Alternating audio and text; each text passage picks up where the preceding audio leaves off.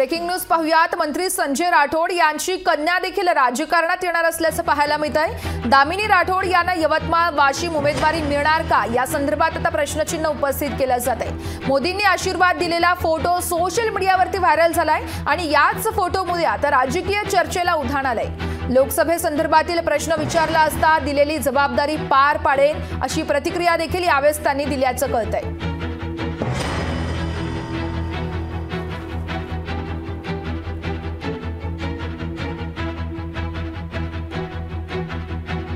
याबाबत सध्या तरी मी युवा सेनेचे एक कार्यकर्ता व पदाधिकारी म्हणून काम करत आहे आणि युवा सेनेचं एकच धोरण आहे, शिक्षण, आरोग्य आणि रोजगार।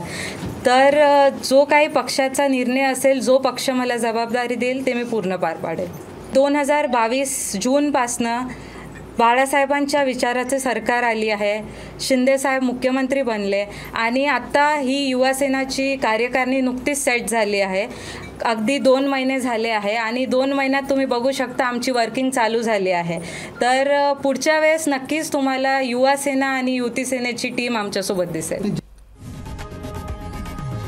लोकशाही मराठी ऐका, पहा, जागरूक रहा।